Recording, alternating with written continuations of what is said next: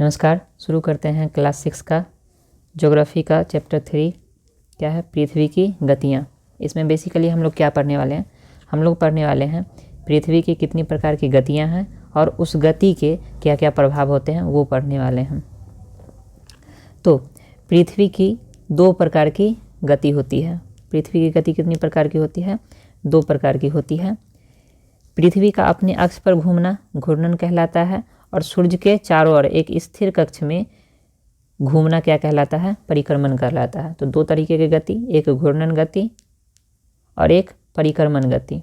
ठीक, तो सूर्य का अपने पृथ्वी का अपने अक्ष पे घूमना घूर्णन गति कहलाता है और सूर्य के चारों ओर एक स्थिर कक्षा में घूमना क्या कहलाता है? परिक्रमण गति कहलाता है। अब आगे, पृथ्वी का जो अक्ष है एक क्या है? काल्पनिक रेखा है, जैसे कि ग्लोब में होता है ना अक्ष।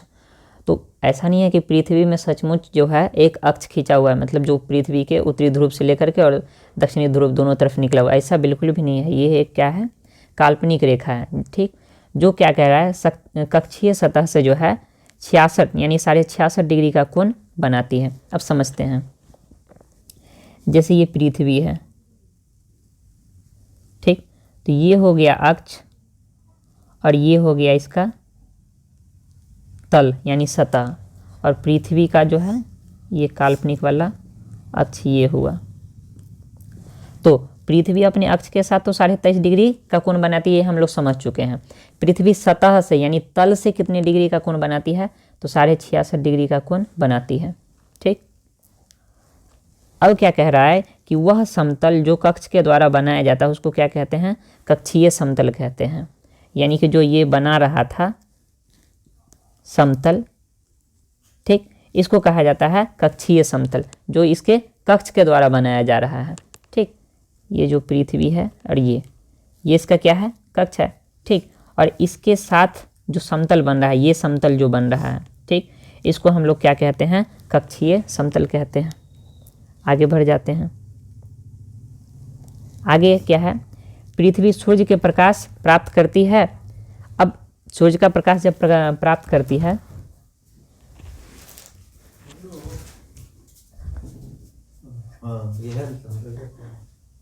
मम्मी कहल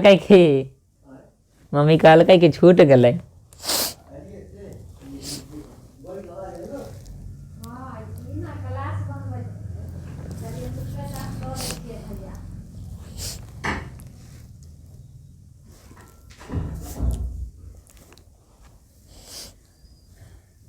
हमको पता है कि सूर्य जो पृथ्वी है वो सूर्य से प्रकाश ग्रहण करती है, यानी कि जो पृथ्वी पे प्रकाश मिलता है वो कहाँ से मिलता है? सूर्य से मिलता है। ठीक, तो अगर मान लीजिए ये क्या है? हमारा पृथ्वी है, ये क्या है? हमारा पृथ्वी, और ये हमारा क्या है? सूर्य है।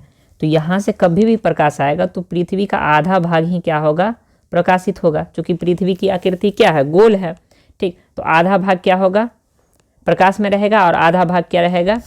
अंधेरे में रहेगा। तो जो भाग सूर्य की तरफ रहेगा उधर क्या रहेगा? प्रकाश रहेगा, और उधर कहलाएगा हमारा दिन। उधर क्या होगा? हमारा दिन होगा। और उसके ठीक विपरीत साइड जिधर क्या रहेगा? अंधेरा रहेगा, प्रकाश नहीं पहुंच पाएगा, वहाँ पे क्या होगी? रात होगी। सिंपल। अब वही चीज़ यहाँ पे है कि सूर्य की ओर वाले भाग में दिन होता है और सूर्य से दूर जो जहाँ पे क्या होती है? अंधेरा होता है। ठीक, वहाँ पे क्या होती है? रात होती है। अब देखिए, कह रहा है कि ग्लोब पर वह वृत्त जो दिन और रात की अवधि को विभाजित करता है उसको क्या कहते हैं? प्रदीप्ति वृत्त कहते हैं। अगर यहाँ पे आप अगर ध्यान दें, ये जैसे पृथ्वी हुआ, ठीक, और ये हमारा क्या था? एक सीधी लाइन हम यहाँ पे खींच दिए कि इधर जो है दिन होगा, इधर अगर सूर्य है तो इधर दिन होगा और इधर रात होगा। ठीक, तो अगर इसको 2D में देखा जाए, ठीक, तो लगेगा कि ये तो एक सिंपल सा क्या है? लाइन है। लेकिन अगर सही से देखा जाए, 3D में देखा जाए, तब हम पाएंगे कि ये आकृति कुछ इस तरीके से है।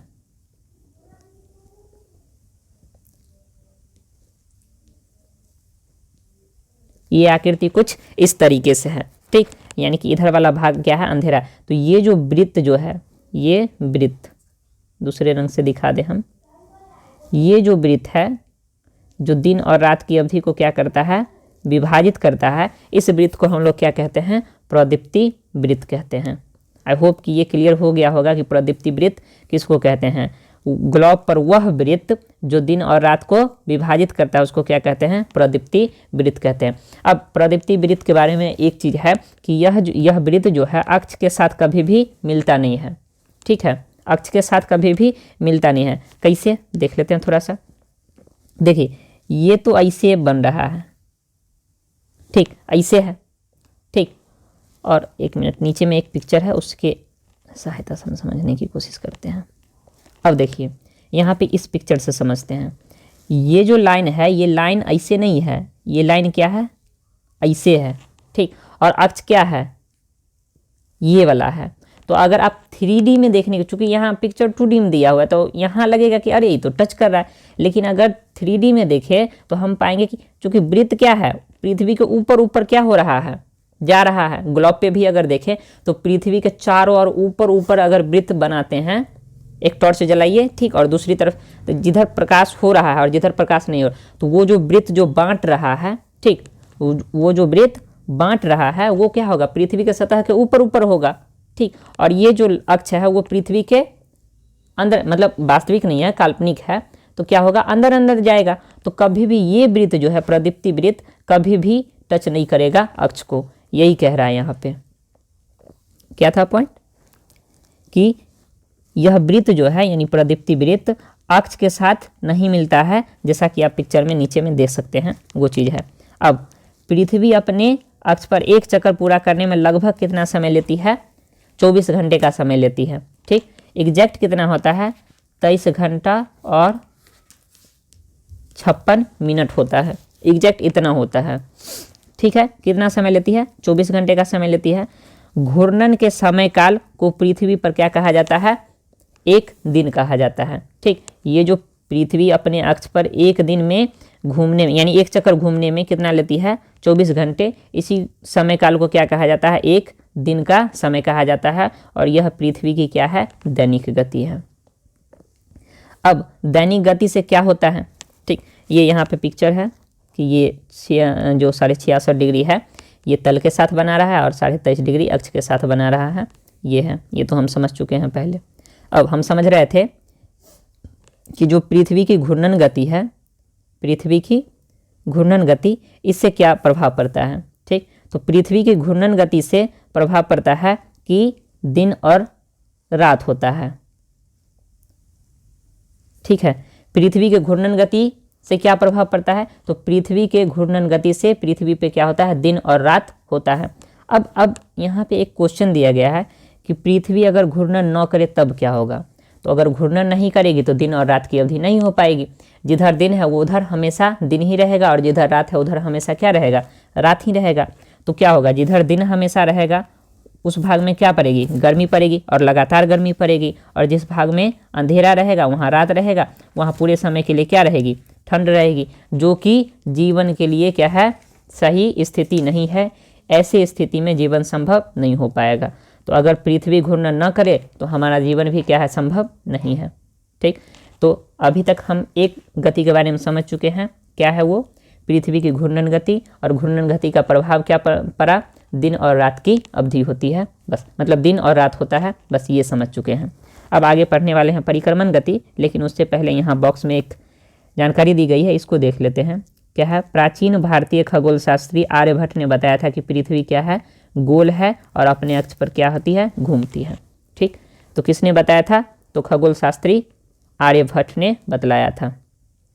अब पृथ्वी की एक और गति जो बतलाए थे कि सूर्य के चारों ओर एक निश्चित कक्षा में जो घूमती है उसको क्या कहते हैं, परिक्रमण गति कहते हैं। अब पृथ्वी जो है एक चक्कर यानी कि सूर्य के चारों ओर एक परिक्रमा करने में समय लेती है 365.1/4 दिन। अगर इसको हम देखें तो 365 दिन और 6 घंटे का समय लेती है, 365 दिन और 6 घंटे का समय लेती है, ठीक है। लेकिन हम लोग क्या करते हैं कि हम लोग एक वर्ष कितने दिन का, 365 दिन का मनाते हैं, और ये 6 घंटे जो है इसमें नहीं जोड़ते हैं, 6 घंटे इसमें नहीं जोड़ते हैं। और यही 6 घंटे जो है, 6 घंटे 4 साल में मिल करके क्या बना देते हैं, एक 24 घंटा बना देते हैं और 24 घंटा एक एक्स्ट्रा दिन हो जाता है जो कि हमारा किसी ईयर में जोड़ा जाता है, लीप ईयर में जोड़ा जाता है। ठीक, लीप ईयर में जोड़ा जाता है। और कब जोड़ा जाता है? तो फरवरी माह में जोड़ा जाता है। और फरवरी माह में जिस समय लीप ईयर रहेगा,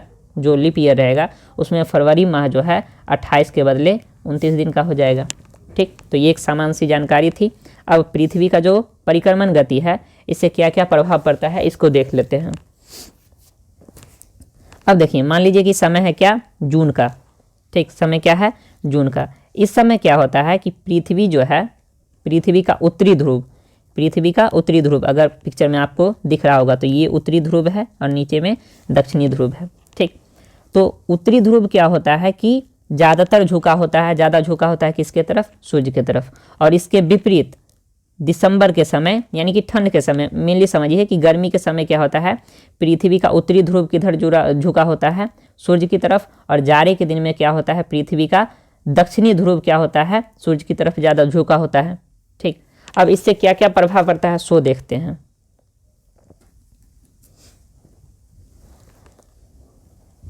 देखिए क्या हो रहा है कि चूंकि उत्तरी ध्रुव क्या हो रहा है? झुका हुआ है पृथ्वी के सूर्य के तरफ। तो क्या होगा कि उत्तरी ध्रुव में ज़्यादा प्रकाश पड़ेगा। तो ज़्यादा प्रकाश पड़ेगा तो ऐसी स्थिति में क्या होगी कि उत्तरी ध्रुव में क्या होगा? गर्म होगा। और दक्षिणी ध्रुव में क्या होगा? सर्दी का मौसम होगा। ठीक, उत्तरी ध्रुव में गर्मी का मौसम और दक्षिणी ध्रुव में सर्दी का मौसम। ठीक, तो इसी में एक दिन ऐसा आता है जिस समय क्या होता है कि सूर्य की किरण जो है उत्तरी गोलार्ध में क्या होता है कि कर्क रेखा जो पढ़े थे हम लोग पिछले चैप्टर में, कर्क रेखा पे क्या होता है? पूरे के पूरे क्या पड़ता है? सीधा पड़ता है। पूरे के पूरे क्या पड़ता है? सीधा पड़ता है। और इस दिन जो है उत्तरी गोलार्ध में सबसे लंबा दिन होता है। इस दिन उत्तरी गोलार्ध में क्या होता है? सबसे लंबा दिन होता है। और दक्षिणी गोलार्ध में सबसे छोटा दिन होता है। ठीक, तो ये डेट कौन सा है? तो 21 जून। तो यहाँ से क्वेश्चन क्या आ सकता है कि कौन सा ऐसा डेट है जिस दिन जो है उत्तरी गोलार्ध में सबसे लंबा दिन और रातें छोटी होती है। सबसे लंबा दिन और रातें क्या होती है? छोटी होती है। आंसर करेंगे 21 जून को। ठीक, अब कहेंगे कि जब उत्तरी गोलार्ध जो है, उत्तरी गोलार्ध या उत्तरी ध्रुव जब सूर्य की ओर झुका होता है तब उत्तरी गोलार्ध में किस चीज़ का मौसम होता है? ऑप्शन दे देगा तो वहाँ से हम लोग मार देंगे क्या? ऑप्शन नंबर कि जिसमें गर्मी रहेगा, क्योंकि गर्मी का मौसम होता है। जो उत्तरी गोलार्ध है वो झुका हुआ है किसके तरफ? सूर्य की तरफ। तो उत्तरी गोलार्ध में क्या होगा? गर्मी पड़ेगा। इसके ठीक विपरीत दिसंबर में, ठीक, दिसंबर में क्या होता है कि दक्षिणी ध्रुव जो है झुका ज़्यादा होता है किसके तरफ? सूर्य के तरफ। ठीक, तो बस वही सेम क्या हो जाएगा? विपरीत स्थिति हो जाएगी। दक्षिणी गोलार्ध में क्या होगा? लंबा दिन होगा और रात क्या होगा? छोटी होगी। दक्षिणी गोलार्ध में क्या होगा? गर्मी पड़ेगी और उत्तरी गोलार्ध में क्या पड़ेगी? सर्दी पड़ेगी। ठीक, ये हो गया। अब इस चीज़ को, जो उत्तरी गोलार्ध झुका हुआ है सूर्य की तरफ, तो इस चीज़ को, इस घटना को हम लोग कहते हैं उत्तरी अयनांत। अगर कहीं पे लिखा हो तो हाँ, उत्तर अयनांत इसको कहते हैं। और जब दक्षिणी जो गोलार्ध है वो झुका होता है सूर्य की तरफ, उसको कहते हैं दक्षिण अयनांत। ठीक है, यहाँ तक क्लियर। अब इस दोनों के बीच में, इस समय के बीच में दो समय ऐसा आता है, यानी कि जून से लेकर के दिसंबर के बीच में एक समय आता है और एक दिसंबर से लेकर के जून के बीच में ऐसा समय आता है जब सूर्य की तरफ जो है न तो उत्तरी गोलार्ध झुका होता है, न ही दक्षिणी गोलार्ध झुका होता है। ठीक, ना ही उत्तरी गोलार्ध और ना ही दक्षिणी गोलार्ध। इस सिचुएशन में क्या होता है कि सूर्य की जो किरण है वो सीधी पड़ती है विषुवत रेखा पर। पिछले चैप्टर में पढ़ा चुके हैं कि विषुवत रेखा क्या होता है। ठीक, तो विषुवत रेखा पर पड़ता है। तो इस दिन क्या होता है कि दोनों गोलार्धों में, उत्तरी गोलार्ध में भी और दक्षिणी गोलार्ध में भी, मतलब समान समय का, समान अवधि का क्या होता है? दिन और रात होता है। ठीक है, तो सितंबर में ये होता है 23 सितंबर को और मार्च में होता है ये 21 मार्च को, जिस दिन जो है उत्तरी गोलार्ध और दक्षिणी गोलार्ध में दिन और रात की अवधि क्या होती है? बराबर होती है। अच्छा, जब ये दक्षिणी ध्रुव झुका हुआ है किसके तरफ? सूर्य की तरफ, तो मकर रेखा पर पड़ता है क्या? सीधी किरण। ठीक, मकर रेखा पर क्या पड़ता है? सीधी किरण पड़ता है। किस दिन को? 22 दिसंबर को। 22 दिसंबर को। तो इस दिन क्या होता है? दक्षिणी गोलार्ध में सबसे बड़ा दिन, ठीक, और उत्तरी गोलार्ध में क्या होता है? सबसे छोटा दिन होता है।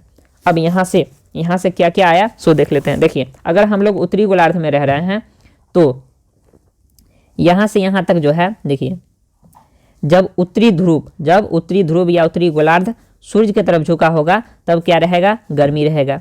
क्या रहेगा, गर्मी रहेगा। धीरे धीरे क्या आ जाएगा, न तो उत्तरी ध्रुव झुका हुआ है, न ही दक्षिणी ध्रुव झुका हुआ है, तब क्या हो जाएगा, सेम सेम। ठीक, और यहाँ से क्या होगा, यहाँ से लेकर के सर्दी बढ़ना स्टार्ट हो जाएगा। तो इस बीच का जो मौसम होगा उसको हम लोग कहते हैं शरद ऋतु। ठीक है, इस बीच के मौसम को हम लोग क्या कहते हैं, शरद ऋतु कहते हैं। फिर जाकर के दिसंबर के बाद फिर जब जनवरी पार कर जाता है तब क्या होता है कि मार्च का समय आता है, और मार्च के समय में उत्तरी गोलार्ध में क्या हो जाता है, बसंत का ऋतु हो जाता है। ठीक, तो इतनी जानकारी थी। अब यहाँ से हम लोग एक चार्ट के मदद से समझ लेते हैं कि हम लोग क्या क्या अभी तक समझे हैं। देखिए अगर हम लोग अब समझे तो देखिए,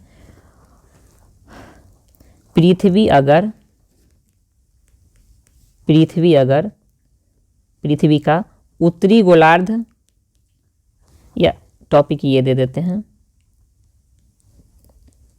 उत्तरी अयानांत और दक्षिणी अयानांत दे देते हैं। पहले इसको समझ लेते हैं, फिर जाकर के मार्च और सितंबर वाली स्थिति को हम लोग समझेंगे। देखिए उत्तर अयानांत,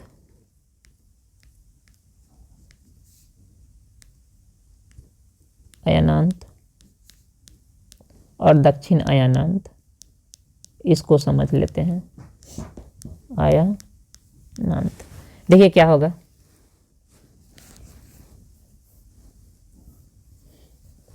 उत्तर अयानांत जब होगा तो उत्तरी ध्रुव क्या होगा, झुका होगा किसके तरफ, सूर्य की तरफ। उत्तरी गोलार्ध झुका होगा सूर्य की तरफ, गोलार्ध। ठीक, और जब दक्षिण अयानांत होगा तब दक्षिणी गोलार्ध क्या होगा, सूर्य की तरफ झुका होगा। ठीक है, तो उत्तरी गोलार्ध में यानी कि उत्तर अयानांत में जब उत्तरी गोलार्ध झुका हुआ है सूर्य की तरफ, तो उत्तरी गोलार्ध में क्या पड़ेगा, गर्मी पड़ेगा। उत्तरी गोलार्ध में क्या पड़ेगा, गर्मी पड़ेगा।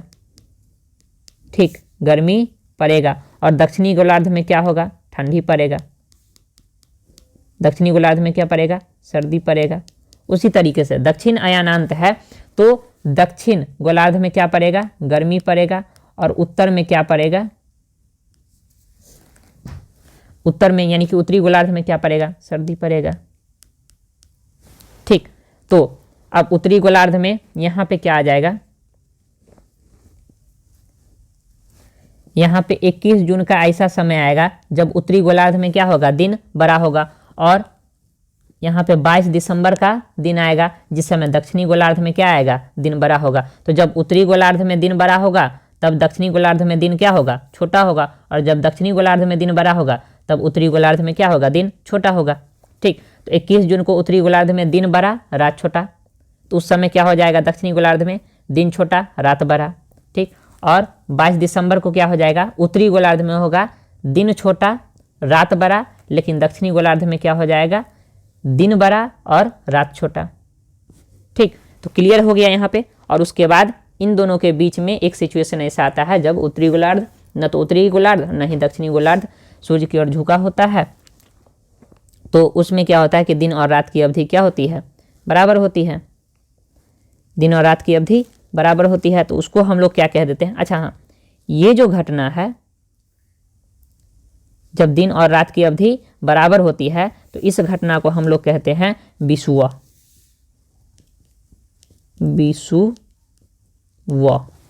ठीक, ये कह लेते हैं, या फिर इसको समदिवारात्रि भी कह देते हैं, समदिवारात्रि। ठीक है, तो ये हो गया। अब यहां तक तो क्लियर है। अब देखिए एक चीज और है, जब उत्तरी गोलार्ध झुका होगा 21 जून के दिन किस रेखा पे सीधी पड़ेगी, तो कर्क रेखा पे। और 22 दिसंबर के दिन किस रेखा पर सीधी पड़ेगी, तो मकर रेखा पे। ठीक, इतना चीज क्लियर हो गया है। अब आगे बढ़ते हैं।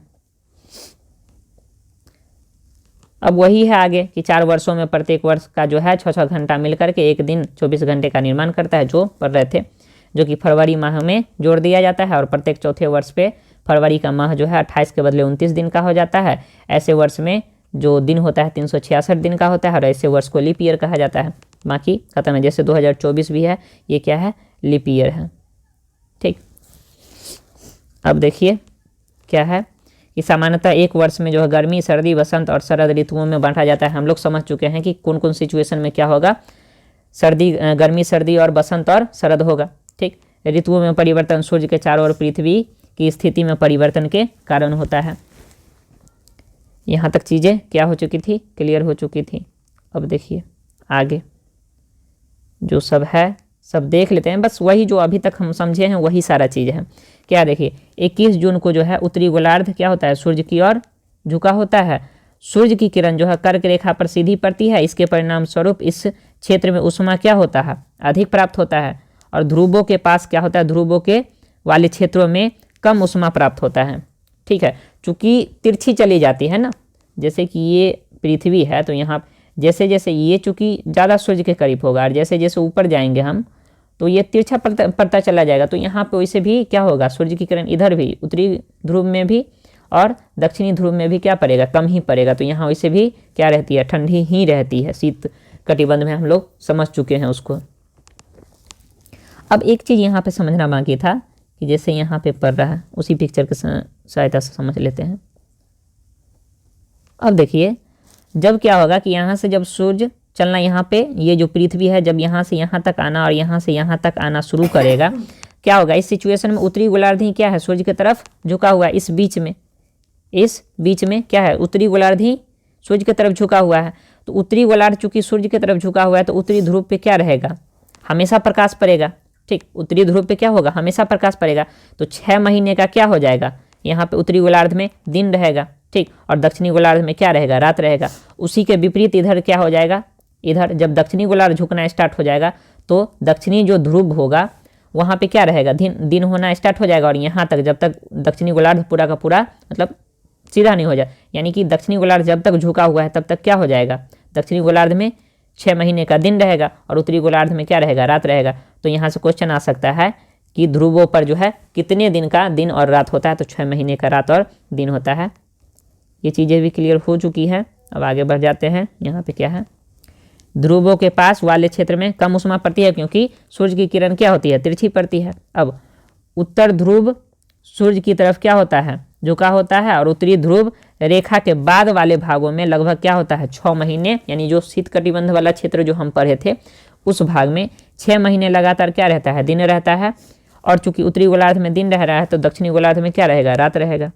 आगे चूंकि उत्तरी गोलार्ध के बहुत बड़े भाग में सूर्य की रोशनी प्राप्त होती है, इसलिए विषुवत वृत्त के जो उत्तरी भाग में होती है गर्मी का मौसम होता है। ठीक, और 21 जून को इस क्षेत्र में सबसे लंबा दिन होता है और सबसे छोटी रात होती है। और दक्षिणी गोलार्ध में इसके ठीक विपरीत हो जाए। पृथ्वी की इस अवस्था को क्या कहा जाता है, उत्तरी अयनांत कहा जाता है। ठीक है, चलिए अब दक्षिण अयनांत पढ़ लेते हैं। अब क्या होता है, 22 दिसंबर को जो है दक्षिणी ध्रुव सूर्य की ओर क्या होते हैं, झुके होते हैं। इसके कारण क्या होता है, मकर रेखा पर सूर्य की किरणें सीधी पड़ती है। अब चूंकि मकर रेखा पर सूर्य की किरणें सीधी पड़ रही है तो क्या होगा कि दक्षिणी गोलार्ध में बहुत बड़े भाग में प्रकाश पड़ेगा। ठीक, इसलिए दक्षिणी गोलार्ध में लंबे दिन तथा छोटी रातें होती है और क्या होता है, गर्मी का मौसम होता है।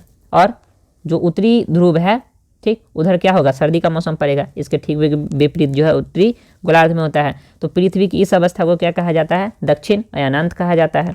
अब देखिएगा जैसे कि जो क्रिसमस डे होता है, ठीक, क्रिसमस का पर्व जो उत्तरी गोलार्ध में, चूंकि हम लोग उत्तरी गोलार्ध में रह रहे हैं तो हम लोगों के लिए कब आता है, हम लोगों के लिए 25 दिन। उस समय क्या रहता है, हम लोगों के इधर सर्दी रहता है। लेकिन ऑस्ट्रेलिया चूंकि क्या है, दक्षिणी गोलार्ध में है, तो वहाँ पे क्या रहता है, गर्मी रहता है। तो ऑस्ट्रेलिया जो या फिर जो दक्षिणी गोलार्ध में जो देश होते हैं वहाँ जो है गर्मी के मौसम में क्या मनाया जाता है, क्रिसमस का पर्व मनाया जाता है। आगे बढ़ जाते हैं। आगे क्या है, 21 मार्च और 23 सितंबर को सूर्य की किरणें विषुवत रेखा पर सीधी पड़ती है। इस अवस्था में कोई भी ध्रुव जो है सूर्य की ओर झुका हुआ नहीं होता है। इसलिए पृथ्वी पर दिन और रात भी, यानी उत्तरी गोलार्ध में भी और दक्षिणी गोलार्ध में भी दिन और रात की अवधि क्या होती है, बराबर होती है। इसे विषुव कहा जाता है। ठीक, अब देखिए उत्तरी गोलार्ध के संदर्भ में बोल रहा है 23 23 सितंबर को उत्तरी गोलार्ध में शरद ऋतु होती है, जबकि दक्षिणी गोलार्ध में बसंत ऋतु होती है। और इसके ठीक विपरीत 21 मार्च को उत्तरी गोलार्ध में क्या होता है, बसंत ऋतु, और दक्षिणी गोलार्ध में शरद ऋतु होता है। ठीक, तो ये रहा हमारा क्या, पृथ्वी की दोनों प्रकार की गतियाँ और उससे होने वाले प्रभाव, पृथ्वी की घूर्णन गति और परिक्रमण गति। ठीक, दिन रात और ऋतुओं में परिवर्तन हम लोग समझ चुके हैं। जो दिन रात होता है घूर्णन गति के कारण होता है, और ऋतुओं में परिवर्तन किसके कारण होता है, परिक्रमण गति के कारण होता है। अब आ जाते हैं कुछ क्वेश्चन आंसर पे, जल्दी जल्दी हम लोग देख लेते हैं। पृथ्वी का अक्ष पर झुकाव कोण क्या है, तो 23.5 डिग्री। यहीं पे अगर तल पे पूछ दे तो 66.5 डिग्री। ठीक, घूर्णन एवं परिक्रमण गति को परिभाषित करना है, क्या होगा, पृथ्वी का अपने अक्ष पर घूमना क्या कहलाता है, घूर्णन गति, और सूर्य के चारों ओर एक स्थिर कक्षा में घूमना क्या कहलाता है, परिक्रमण गति कहलाता है। लीप वर्ष क्या होता है, वैसा वर्ष जिसमें फरवरी क्या हो जाए, 29 दिन का हो जाए, या वैसा वर्ष जिसमें जो है टोटल जो दिन है वो 366 दिन हो जाए, बस सिंपल। आगे क्या है, उत्तर और दक्षिण अयानांत में अंतर स्पष्ट कीजिए। तो 21 जून जो है वो उत्तर अयानांत कहलाता है, और 22 दिसंबर क्या कहलाता है, दिसंबर